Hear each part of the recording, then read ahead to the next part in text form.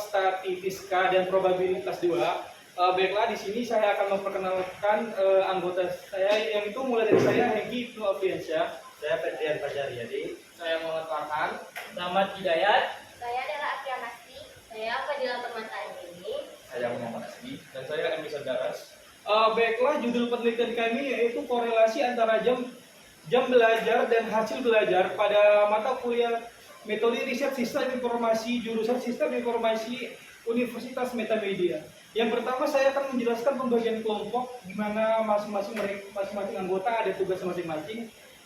Saya, terus Dayat, terus sama si Dela saya sebagai PPT, Farhan, Fedrian sama si Hasbi sebagai pembuat video. Untuk pengolahan SPSS-nya ada di Isan sama si Dila Permata Andini.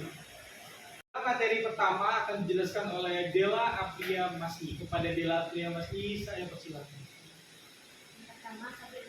Baik, saya akan menjelaskan materi pertama yang berjudul estimasi parameter.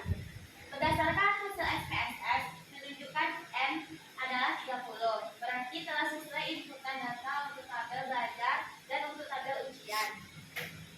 Yang A, rata-rata pada tabel belajar mendapat hasil 3,10 jam yang dihabiskan mahasiswa jurusan Sistem Informasi. Terlihat pada baris 95%. Confidence interval performance untuk lower bound 2,91 jam dan untuk upper bound 3,89 jam.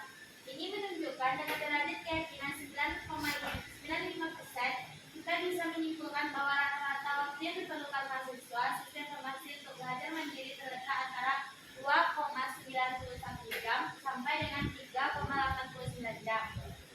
Yang kedua, rata-rata pada tabel ujian mendapat hasil 2,87, artinya rata-rata nilai yang diperoleh mahasiswa jurusan Sistem Informasi terlihat pada baris 95%. Confidence interval quotient untuk lower bound 2,45 dan untuk upper bound 3,28 jam. Ini menunjukkan dengan derajat keyakinan 95%. Kita bisa menyimpulkan bahwa rata-rata nilai yang didapatkan mahasiswa Sistem Informasi terletak antara 2,45 jam sampai dengan 3,28. Sekian, terima kasih. Selanjutnya materi kedua akan dijelaskan oleh Fedrian Fajaryadi. Kepada Fedrian Fajaryadi saya persilakan. Baiklah, saya akan menjelaskan tentang materi kedua uji hipotesis yang menggunakan one sample test karena data kami saling berhubungan. Langkah pertama, rumusan uji hipotesis A0 total nilai mahasiswa jurusan Sistem Informasi pada mata kuliah MRSI sama dengan 2,87, X sama dengan 2,87 kurung A1 total nilai mahasiswa jurusan Sistem Informasi pada mata kuliah MRSI tidak sama dengan 2,87 dalam kurung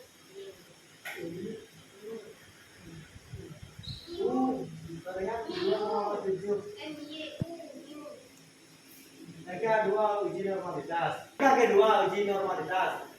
Nilai uji D sama dengan 0,143, sedangkan di tabel A sama dengan 0,05, DR sama dengan 20, sama dengan 0,242 titik diperoleh nilai uji D.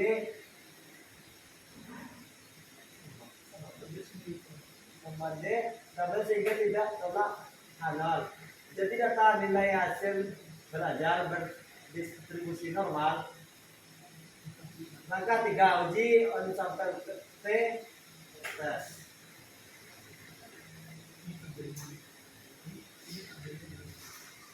Nah, inilah contoh tabel uji on sample test.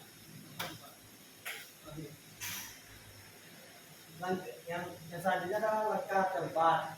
Untuk pengambilan keputusan dengan membandingkan nilai T dengan berdasarkan output tabel on sample test di atas diketahui nilai uji T sebesar min 0,017, sedangkan dari tabel diperoleh nilai T 0,025 79 sama dengan 2,045 karena nilai uji T sama dengan min 0,17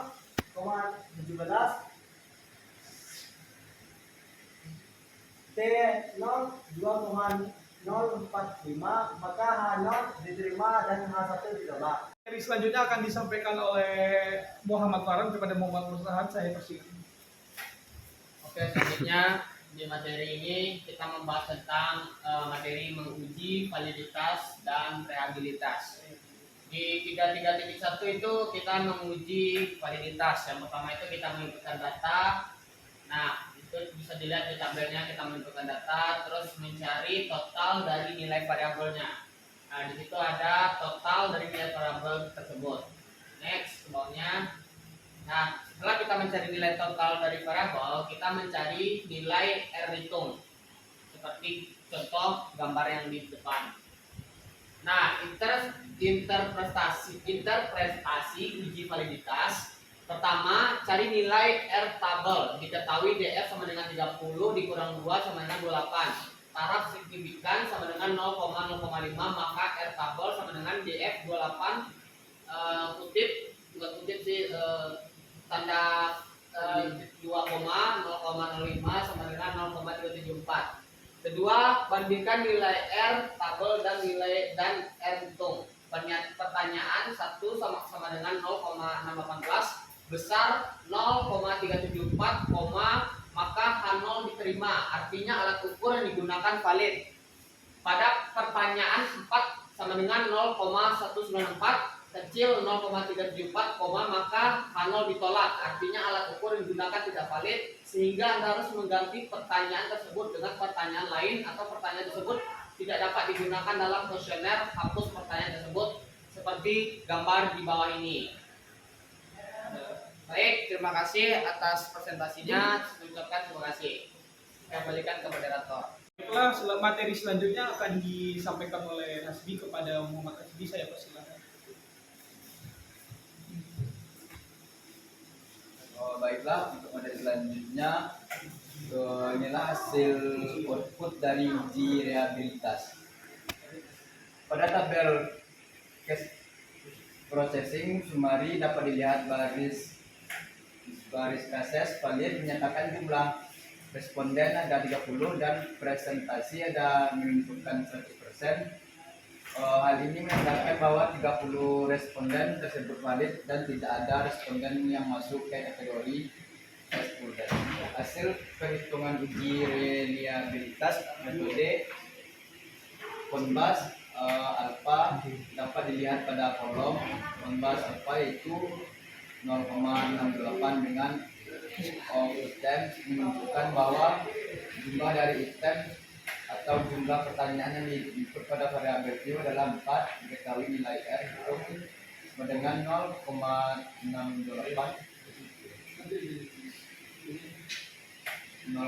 maka dapat disimpulkan bahwa data tersebut reliable atau dapat dipercaya.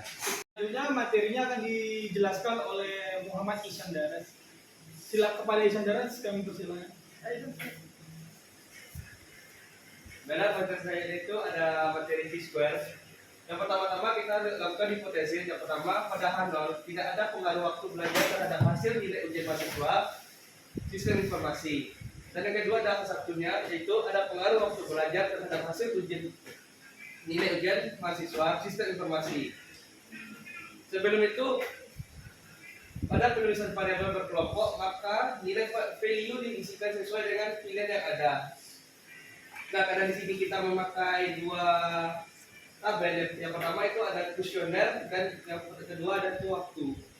Pada gambar tersebut kita bisa lihat sebelum melakukan proses analisa, dilakukan proses weight case terlebih dahulu. Dari menu data weight case,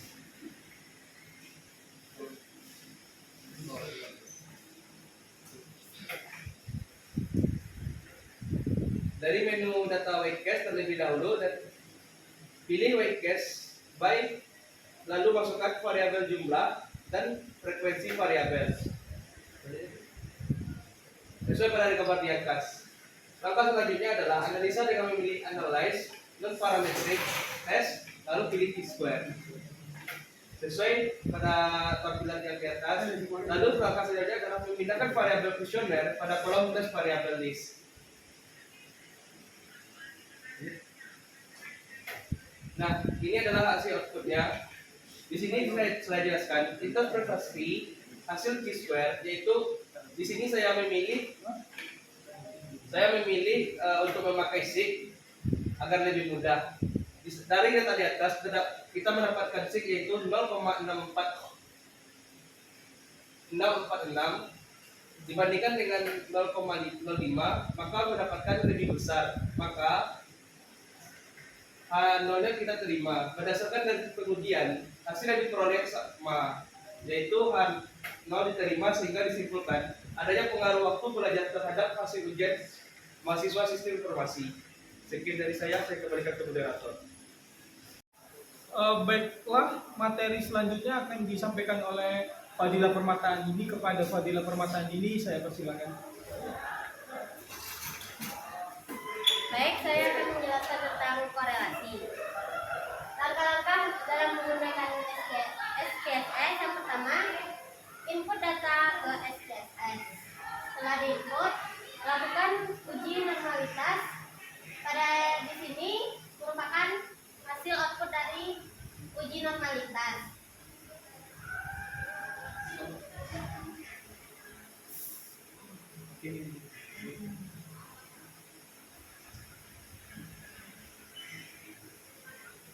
Baik, pada tabel nilai uji D waktu belajar mendapatkan hasil 0,211, sedangkan pada D tabel memiliki alfanya 5% dengan DF atau jumlahnya 30,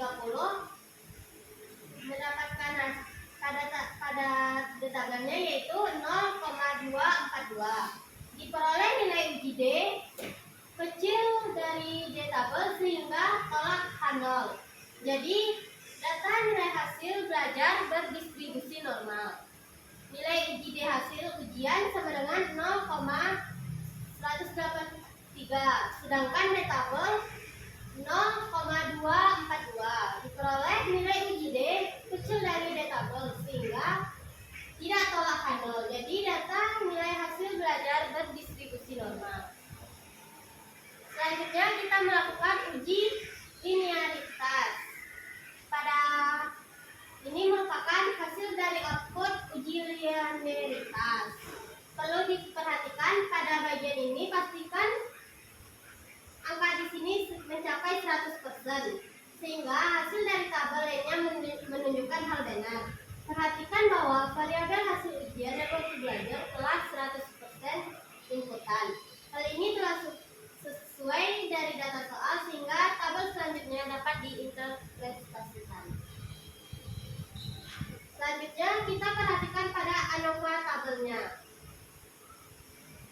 Pada ANOVA tabel kita perhatikan pada tabel SIG. Berdasarkan SIG deviation from linearity 0,686 besar dari 0,05, maka terdapat hubungan linear antara hasil ujian dan waktu belajar. Selanjutnya, tahap uji korelasi. Ini merupakan output dari tahap uji korelasi. Koefisien korelasi dibandingkan dengan nilai tabel. Dari tabel diperoleh nilai R hitung yaitu min 0,297, kecil dari 0,374. 0,374 diperoleh dari 3 DR-nya 30 kurang 2. Artinya tidak ada korelasi yang signifikan antara waktu belajar dan hasil ujian. Maka H0 diterima. Melihat dari SIG diperoleh nilai SIG yaitu 0,111, besar dari 0,05, artinya tidak ada korelasi yang signifikan antara waktu belajar dan hasil ujian. Dengan kata lain, H0 diterima. Sekian dari saya kembalikan ke moderator. selanjutnya latar belakang akan dibacakan oleh Rahmat Hidayat Gusman. Kepada Rahmat Hidayat Gusman, silakan. Baik, saya akan menjelaskan tentang latar belakang.